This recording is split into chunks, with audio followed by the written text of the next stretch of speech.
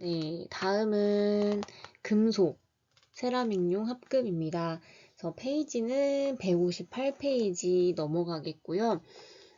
금속과 세라믹용 합금 보면은 메탈, 세라믹, 알로이 이렇게 되어 있습니다. 그래서 금속 주조체 구조물에 세라믹을 접착시킬 때 사용하는 합금으로 이 합금의 열 팽창 계수는 범랑질 도제의 열 팽창 계수와 조화를 이루어야 하며 합금과 융합되어 자연미를 나타내야 한다.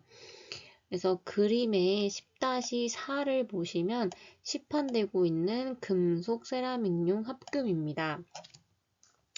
그래서 그냥 이런 게 있고 앞으로 이제 어떤 종류가 있는지 살펴보도록 할 건데 여기서도 요약을 하자면 금속 세라믹용 합금은 열 팽창 계수가 범랑질 도제의 열 팽창 계수와 조화를 이루어야 한다.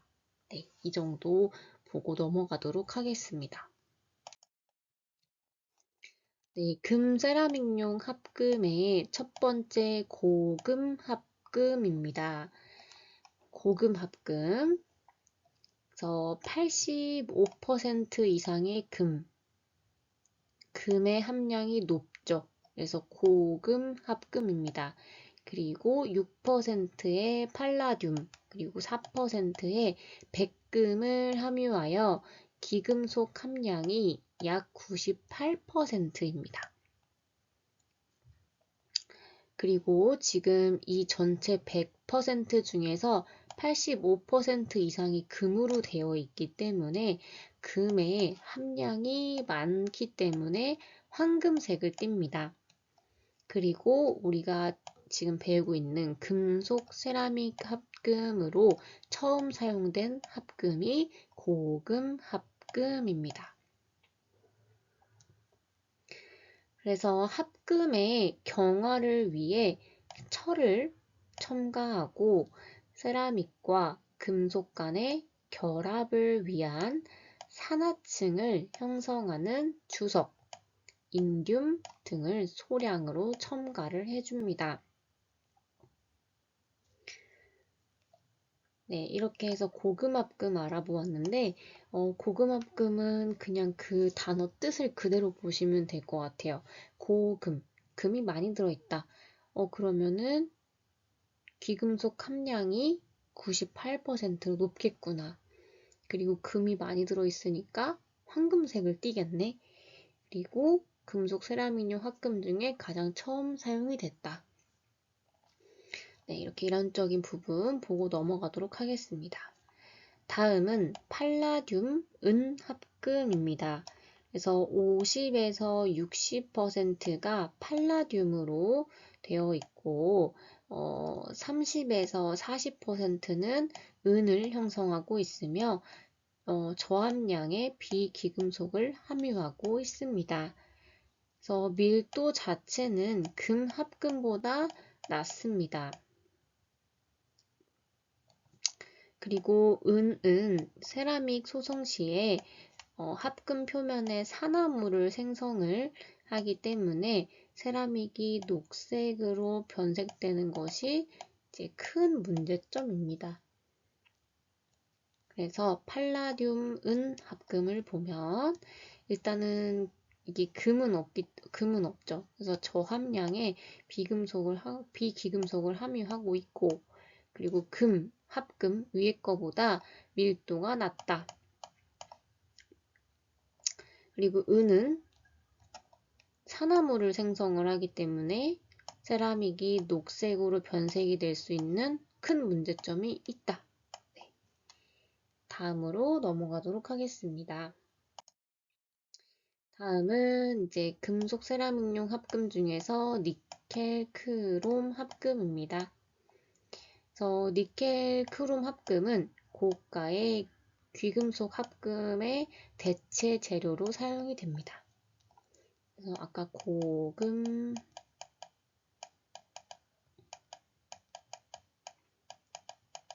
합금은 85%가 이게 이상의 금이 있었거든요. 그러면 금의 함량이 높으니 당연히 고가이겠죠. 그래서 니켈, 크롬을 합쳐서 고가의 귀금속 합금을 좀 대체하자.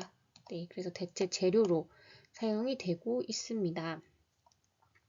그래서 니켈이 70에서 80%, 크롬이 15% 함유가 되어 있고, 그리고 더불어서 알루미늄, 망간이 소량 함유되어 있습니다.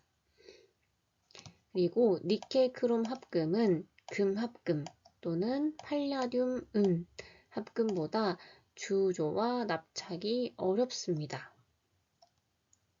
그래서 앞쪽에서 말한 우리 금 합금과 그 두 번째 얘기했던 팔라듐 은 합금보다 주조와 납착이 더 어렵다. 그리고 금속 세라믹용 니켈 크롬 합금은 강도가 충분하여 세라믹 파절을 방지할 수 있다는 장점이 있습니다. 각자 특징이 조금씩 있죠. 그래서 우리 첫 번째 배웠던 고금과 그리고 두 번째 팔라듐, 은, 세 번째 니켈, 크롬 이렇게 세 가지가 있는데 특징 고금은 금이 많다. 그리고 황금색을 띠고 그리고 금속 세라믹용 합금 중에 가장 처음 사용됐다. 그리고 팔라듐 은은 금 합금보다 밀도가 낮다. 그리고 은은 우리가 그 세라믹 소성 시에 이제 산화물을 형성하기 때문에 세라믹이 좀 녹색으로 변할 수 있는 게 가장 큰 단점이다. 그리고 니켈 크롬은 지금 방금 배웠지만 주조와 납착이 앞에 두 개 배웠던 것보다는 조금 더 어렵고 그리고 세라믹의 파절을 방지할 수 있다.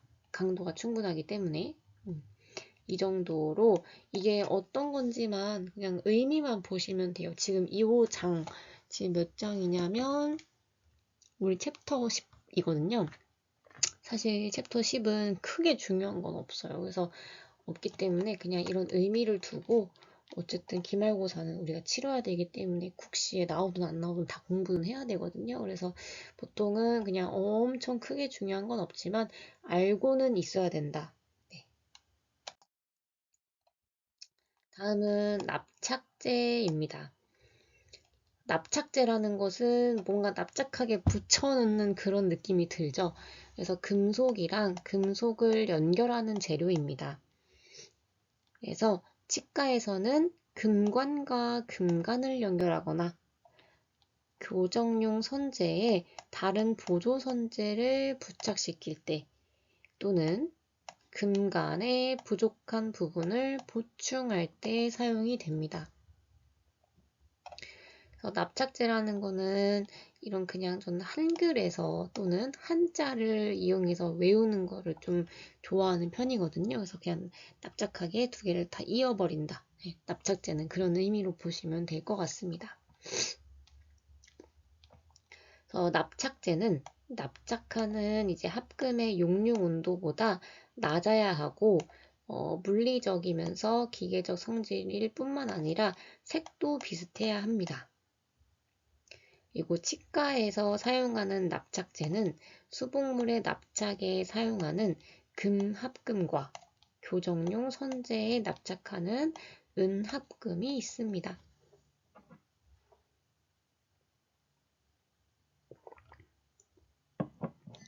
그래서 납착제는 우리가 연결을 하는, 연결하는 재료이다. 근데 그 연결하는 재료가 금관을 이어붙이는 게 있고 교정용 선재에 다른 걸 붙일 때, 보조 선재를 붙일 때가 있다. 그래서 금에는 금합금, 그리고 교정 선재는 은합금으로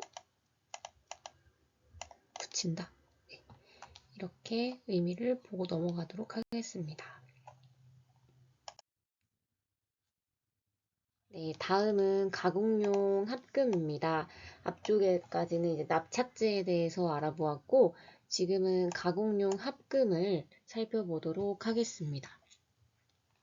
그래서 주조한 합금을 드로잉, 인발, 그리고 꼬임 또는 비틀림, 트위스팅, 그리고 아변, 롤링하거나 절삭, 밀링 등의 과정을 거쳐서 원하는 형태로 만드는 것을 가공이라고 합니다. 여기는 한글이 더 헷갈리는 것 같아요. 그래서 여기 드로잉하거나 트위스팅하거나 롤링하거나 밀링하거나 이런 과정을 거쳐서 원하는 형태로 만든다. 그리고 치과에서는 교정용 선제, 그리고 근관 파일, 임플란트 등을 가공하여 제작을 합니다. 그래서 이 중에서 첫 번째 교정용 선제에 대해서 한번 알아보도록 하겠습니다. 교정용 선제는 스테인리스 강이랑 티타늄, 그리고 니켈 티타늄 합금, 그리고 코발트 크롬 니켈 합금을 인발이 드로잉 하여 선제로 가공을 합니다. 그래서 인발 가공에 의해 결정 입자의 원래 형태가 섬유 형태가 되면서 강도는 증가하게 됩니다. 그리고 열처리나 납착 시 과열되면 인발 전 상태로 환원이 되어 물성이 변하기 때문에 주의하셔야 됩니다. 자, 여기 마지막 거를 한번 보면 열처리 그리고 납착을 하게 되면 이제 과열이 됩니다. 과열이 되면 이제 인발전 드로잉을 하기 전 상태로 다시 환원이 되기 때문에 이렇게 되면 물성 자체가 변하게 돼서 주의를 해야 된다. 네, 다음 넘어가도록 하겠습니다. 다음은 근관 파일입니다. 보통은 근관 파일은 우리가 신경치료할 때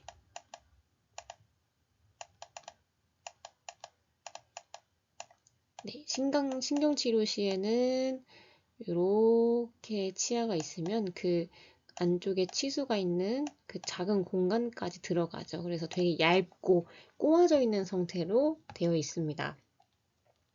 그래서 이때 파일에 쓰는 주재료는 스테인리스 강이나 니켈, 티타늄 합금을 가장 많이 사용을 하고 있고 기계적으로 트위스팅, 꼬아서 가공을 합니다.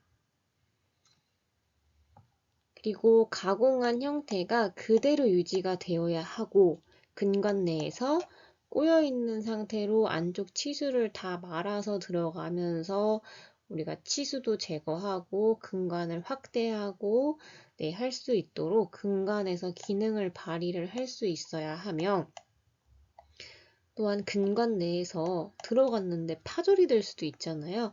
그래서 파절이 되지 않고 구부려질 수 있어야 합니다. 그래서 안쪽 내부 작은 공간에 좁은 공간에 들어가도 이제 안쪽에 파절이나 이런 게 없도록 만들어져야 하며 우리가 파일을 한 번 쓰고 버리진 않잖아요. 고가의 제품이기 때문에 그래서 보통은 우리 멸균을 돌려서 사용을 합니다. 그래서 소독이나 멸균에 의해서도 좀 부식이나 파절이 일어나서는 안 됩니다. 대신 이런 건 있겠죠. 그 고압증기 멸균기. 네. 혹시 오토클레이브로 돌리게 되면 그런 뾰족한 것들이 버나 파일이 무뎌질 수 있어서 제 기능을 못할 수도 있습니다. 그래서 보통은 플라즈마나 화학증기 멸균법을 사용한다 이렇게 되어 있는데 화학증기 멸균법 자체는 워낙 고가의 장비를 사용하기도 하고 치과에서 많이 사용은 안 하죠. 그래서 보통은 플라즈마를 많이 이용을 하고 있고 그렇기 때문에 이런 그 신경치료할 때 쓰는 파일이 부식이나 파절이 돼서는 안 된다. 그리고 세 번째 임플란트입니다. 그래서 현재 사용되고 있는 거의 모든 임플란트는 순수한 티타늄이거나 또는 티타늄 합금입니다. 그래서 이제 절삭 가공에 의해서 제작이 되고 있습니다. 그리고 가공 시에 표면이 오염되게 되면 골과의 결합력이 저하될 수 있습니다. 그래서 픽스처와 임플란트 위에 어버트가 있고 보철물이 있죠. 아까도 얘기 드렸지만 근데 이 고정체와 어버트가 모두 다 티타늄이에요. 티타늄. 네, 아까 어버트를 설명을 좀 하면은 우리 스캐너에 선택을 하니까 조금 더 이해가 편할 것 같아서 설명을 드렸고, 임플란트 자체가 이제 거의 티타늄으로 되어 있기 때문에 우리가 임플란트를 가공할 시에 표면이 혹시라도 오염이 되고 나서 임플란트가 골 내에 들어가게 되면 골과의 결합, 유착이 저하되기 때문에 항상 오염되지 않도록 주의를 하셔야 합니다. 네, 가공용 합금에서 이제 캐드캠 합금입니다. 그래서 요거는 이제 페이지 160쪽에 그 근간파일 임플란트 캐드캠 마지막이거든요. 그래서 마지막 캐드캠 살펴보도록 하겠습니다. 절삭 가공할 수 있을 정도로 경도를 낮춘 금간이나 그리고 금간 세라믹용 합금이 개발이 되어 소개되고 있습니다. 그래서 진공용에 하여 만든 합금 블록을 캐드캠으로 가공을 해서 인레이, 그리고 금간, 그리고 브릿지를 제작하기 때문에 주조에 의한 기포 발생이 없어 물리적이고 기계적인 성질이 엄청 우수한 편입니다. 그래서 그림 10-5를 참고를 하면 캐드캠용 그 금속 블록과 주조금속의 이제 조직 사진입니다. 그래서 A랑 B를 한번 비교를 한번 해보세요. 그래서 캐드캠용 금속 블록은 진공으로 용해했기 때문에 내부 기포가 없습니다. 여기 기포가 거의 없어요. 근데 이제 주조금속 B의 사진을 보면 주조금속 내부에는 기포가 많이 생겨 있어요. 지금 그냥 한눈에 보면 알아보기 쉬울 정도로 우리 표면에 기포가 굉장히 많습니다.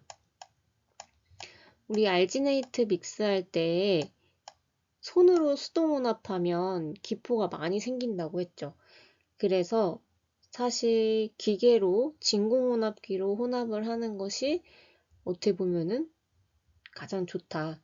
진공 상태에서 돼 있기 때문에 기포가 많이 발생을 안 한다. 대신 굳는데 너무 빨리 경화된다. 뭐 이런 정도였죠.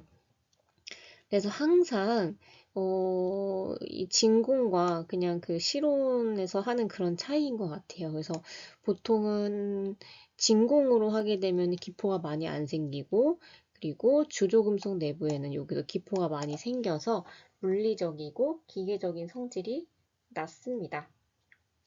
네, 요건 이렇게까지 보고 넘어가도록 하겠습니다. 네, 다음은 이제 귀금속 합금과 비귀금속 합금의 차이점입니다. 그래서 비귀금속 합금은 귀금속 합금에 비해 용융 온도가 더 높고 열 전도율은 4배 정도 낮습니다. 열을 전도하는 게 4배 정도 낮아요. 그래서 따라서 비귀금속 합금을 용융할 때에는 더 많은 열이 필요합니다. 열이 전달이 잘 안 되기 때문에. 그래서 산소, 그리고 아세틸렌 가스를 사용하거나 고주파 유도 용융기 등 특수 장비를 사용을 해야 합니다. 그리고 비귀금속 합금의 비중은 귀금속 합금의 2분의 1 정도이고, 그러면 무게 비중은 반 정도예요. 같은 무게로 더 많은 양의 주조체를 얻을 수 있으며 가볍기 때문에 환자가 구강 내에서 이물감을 덜 느끼게 됩니다. 그러나 주조하기가 어렵습니다. 그리고 비귀금속 합금의 강도 및 경도는 귀금속 합금보다 2배 정도 높습니다. 그래서 우리가 환자가 구강 내에 이제 들어가게 된다면 교합을 하고 씹겠죠. 식사를 하니까. 그래서 구강 내에서 사용할 때 마모에 대한 위험성이 적으며 길이가 긴 롱브릿지 있죠. 롱스팬 브릿지의 경우에는 교합압에 충분히 견딜 수 있는 장점이 있습니다. 여기서 또 그러나 연마나 끝 마무리가 어렵고 구강 내에서 제거하기도 어려우며 지대치나 대합치에 과도한 교합압이 가해지면서 치아의 손상을 초래할 수 있는 위험성이 있습니다. 그러니까 롱스팬 브릿지 같이 이렇게 우리 지대치에는 사용이 적합하나 이게 마모가 잘 안 되기 때문에 대합치, 반대편 치아 있죠. 만약에 하악에 브릿지가 있다면 상악에 맞닿는 치아가 당연히 더 많이 닳겠죠. 안쪽에 브릿지는 하나도 마모가 없으니까. 그래서 대합치에 너무 큰 힘이 가해지다 보면 그 치아의 손상이 오히려 올 수 있습니다. 그리고 비귀금속 합금은 귀금속 합금에 비해 주조 수축이 크기 때문에 변연 적합성이 나쁩니다. 그래서 그 변연이라는 것을 우리가 항상 그 가장자리, 변연의 적합성이 나쁘다. 네, 다음은 생체 적합성입니다. 생체 적합성은 그 밑에 나와 있고요. 그리고 치과형 합금은 구강 내에서 장기간 오랫동안 사용을 하죠. 그렇기 때문에 부식에 의해 금속 이온이 유리가 됩니다. 그래서 구강 조직이나 전신의 불쾌한 맛이나 혀의 자결감 또는 알레르기, 염증, 심하게는 암 같은 부작용을 일으킬 수 있습니다. 보통 귀금속 합금은 생체 적합성이 굉장히 좋아요. 그치만 그에 반해서 비귀금속 합금은 일부 금속에서 알레르기와 암 발생 가능성이 있긴 합니다. 그리고 니켈 알레르기는 가장 흔하게 나타나는 부작용이에요. 그래서 모조 금목걸이 등의 알레르기가 있는 환자, 여성은 6%, 남성은 2%로 비귀금속 합금으로 이제 보철물을 해서는 안 됩니다. 그리고 보통 니켈 크롬 합금을 주조할 때나 절삭할 때 적당한 배기와 여과 장치를 필수로 설치를 해야 하며 구강 내에서 삭제할 때는 반드시 바큐, 진공 흡입기를 사용을 합니다. 그리고 베릴륨은 합금의 용융 온도를 낮추기 위해 사용하지만 공기 중에 분진이 0.002mg 정도 이제 존재를 한다면